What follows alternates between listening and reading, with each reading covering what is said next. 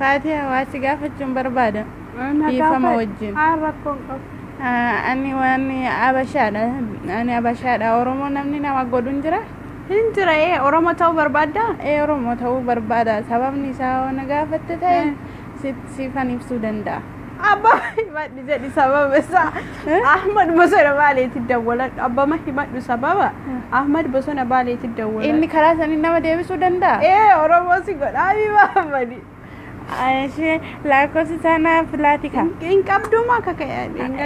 Hinka bak no na arga. Hello. Salam alaikum. Ha. Oromo nama godu dandettani.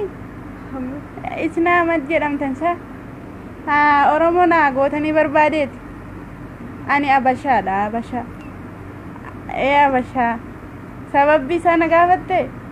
Sababbi sana adunya kanarra hundi najibba waan ana bashaatayeef namni hundi natti biibba afaan isaaniitti galuu dadhabe kanaaf Oromoo na gootuuf karaa isaanii na deebistuuf galatoom nagoota galata guddaa qabda galata guddaa isin kabajjinaa karaa isaanii yoom shiyaadaa na deebistare shiyaadaa karaa isaaniitti na sagachiise narraa baasta waa galatoomaa isiniin jenna galata guddaa qabdanii ishi jabaadha okay maal jedhe sirraa baasa jedhe Oromoo si godha jedhe abashaa sirraa baasa naan jedhe Oromoo si godha jedhe Oromoo si godhan Oromoo qulqulluu si godha Oromoo farsi naan jedhe bakka nama Oromoo farsi si jedhe